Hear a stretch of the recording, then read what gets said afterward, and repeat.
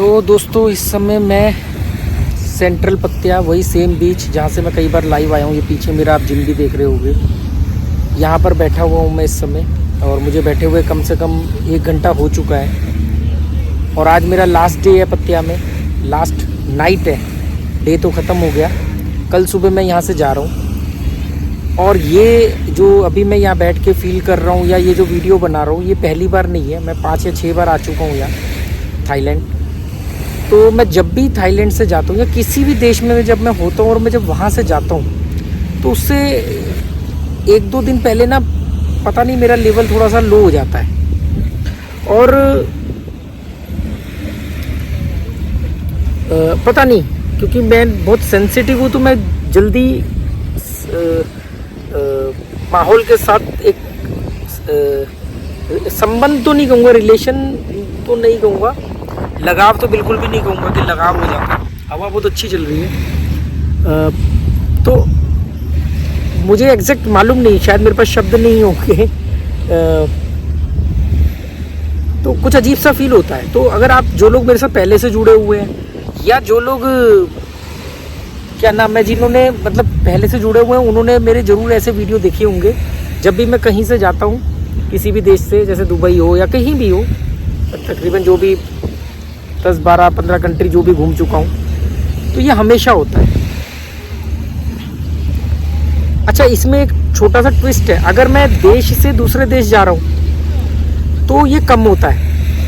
अगर मैं इस देश से अपने देश जा रहा हूँ तब ये ज़्यादा होता था। दूसरा, क्योंकि अब मैं इंडिया में बहुत कम रहता हूँ, जाता भी हूँ तो थोड़े दिन के लिए जाता हूँ। तो अब इंडिया मेरे लिए वो हाल हो गया है कि इंडिया मतलब ये इंडिया से बाहर मेरा घर हो गया और इंडिया मेरे लिए एक ट्रैवलिंग स्पॉट बन के रह गया है। पर जब ऐसा नहीं था तब बहुत ज़्यादा होता था कि क्या बोलेंगे उसको, कि मालूम है कि अपने घर जा रहे हैं, फिर पता नहीं कब आएंगे। तो अभी बैठा हूँ बीच के किनारे, बड़ा अच्छी हवा चल रही है। बीच भी शायद आपको दिख जाएगा। आज लहरें कम है, बहुत ज़्यादा तेज़ हवा नहीं है। तो बात क्या करूँ मालूम नहीं, कोई टॉपिक नहीं है मेरे पास, बस ऐसे ही बैठा हुआ हूँ। तो शायद ऐसा आप लोगों के साथ कभी जीवन में हुआ हो, जैसे आप लोग कहीं अपनी दादी नानी के घर जाते हो, कहीं छुट्टियाँ बिताने जाते हो। वो वाली छुट्टी नहीं, 2-3 दिन के लिए गए, हुल्लड़ काट के वापस आ गए, वो वाली नहीं। मतलब किसी ऐसी जगह पे जहाँ पे आपको एक अलग फील आ रहा हो और फिर वहाँ से जब वापस आना हो तो थोड़ा सा अजीब फील होता है मेरे साथ। आपको भी होता होगा। तो जिनको होता है उनको ये बात समझ में आएगी कि इस समय मेरी मनोदशा क्या है। इमोशनल बिल्कुल नहीं हूँ मैं, यहाँ हूँ। यहाँ से जो जुड़ाव टूटेगा उसका एक जो डिफरेंस होता है ना, वो है। ऐसा नहीं कि मुझे यहाँ से कोई लगाव हो गया, ऐसा नहीं है बिल्कुल। मेरे को लगाव इज़ नॉट राइट वर्ड। लगाव इमोशनल लोगों को होता है, सेंसिटिव लोगों को जो कुछ होता है वो लगाव का अपग्रेड वर्जन होता होगा। जो क्या होता है वो नहीं मुझे मालूम। तो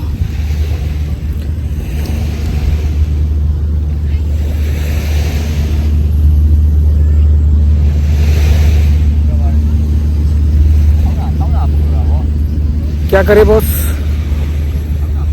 क्या करें।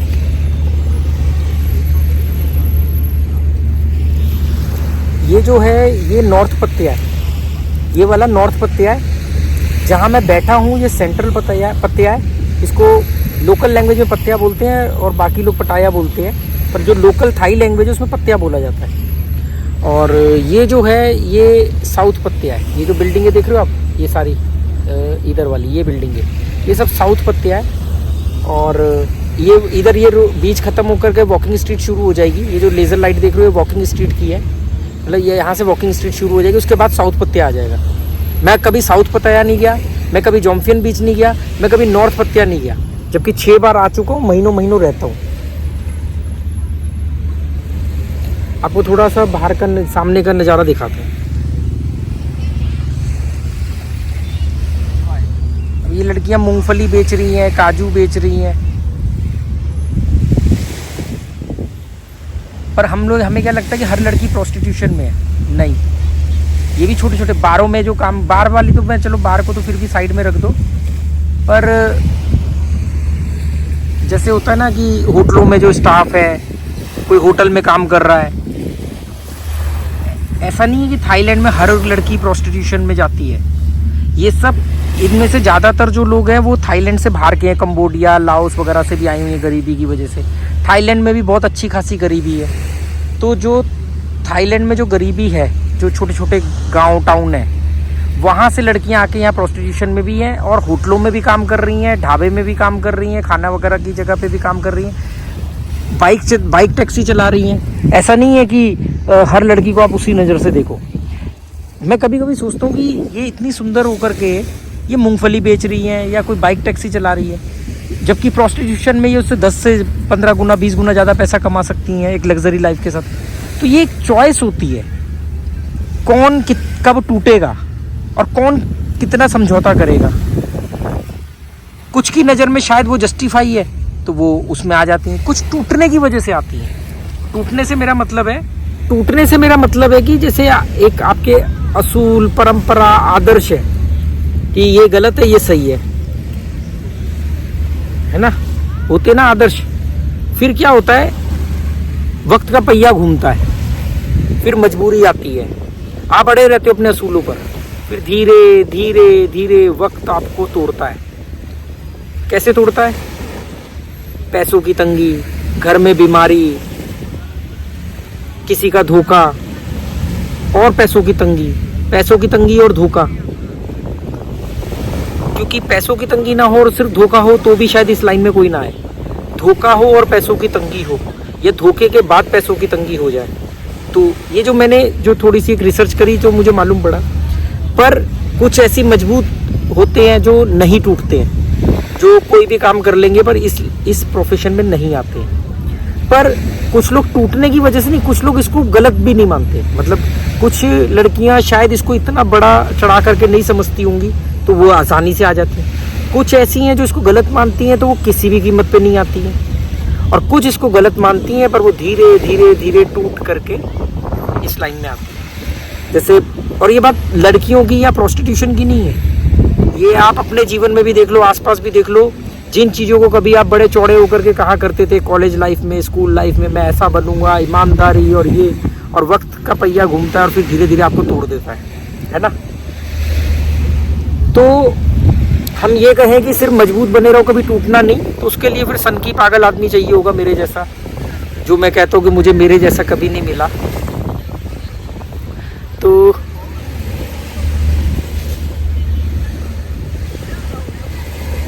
तुम्हें दिल लगी भूल जानी पड़ेगी, कभी दिल लगा कर तो देखो।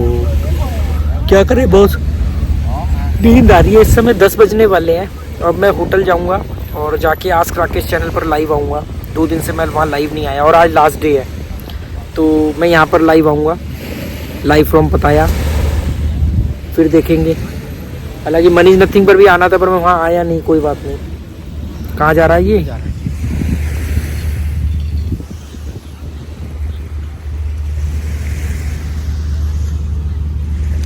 तुम्हें दिल लगी भूल जानी पड़ेगी।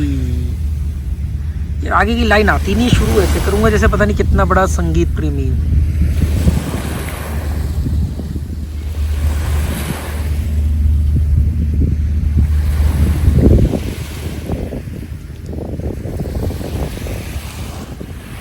वहाँ पर मैं स्विमिंग करता हूँ, ये मेरा जिम है।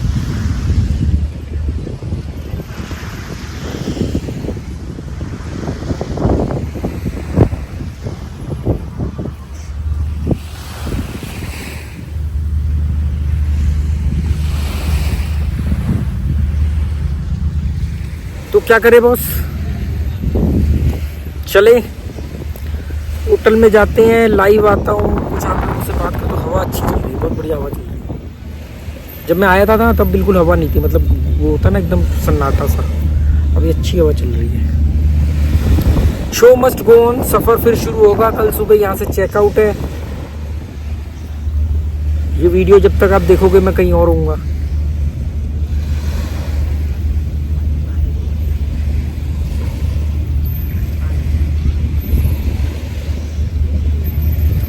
तू धार है नदिया की, मैं तेरा किनारा हूँ,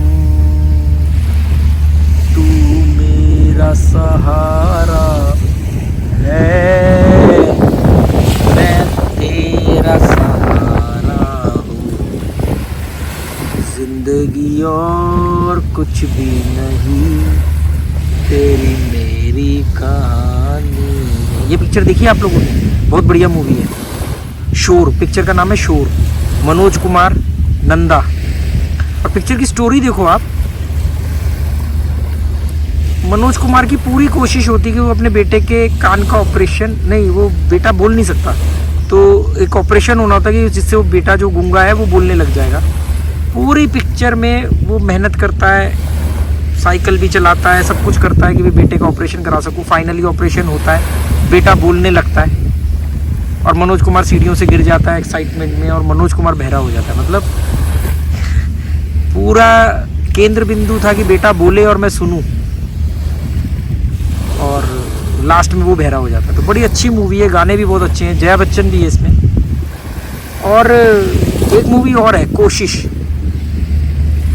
कोशिश में हीरो कौन है मेरे दिमाग से उतर रहा, हीरोइन तो हाँ संजीव कुमार और जया बच्चन।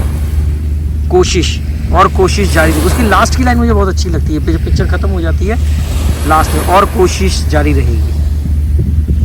उसमें दोनों बोल सुन नहीं सकते हैं, दोनों की शादी होती है आपस में। चलो दोस्तों, okay, good bye, thank you.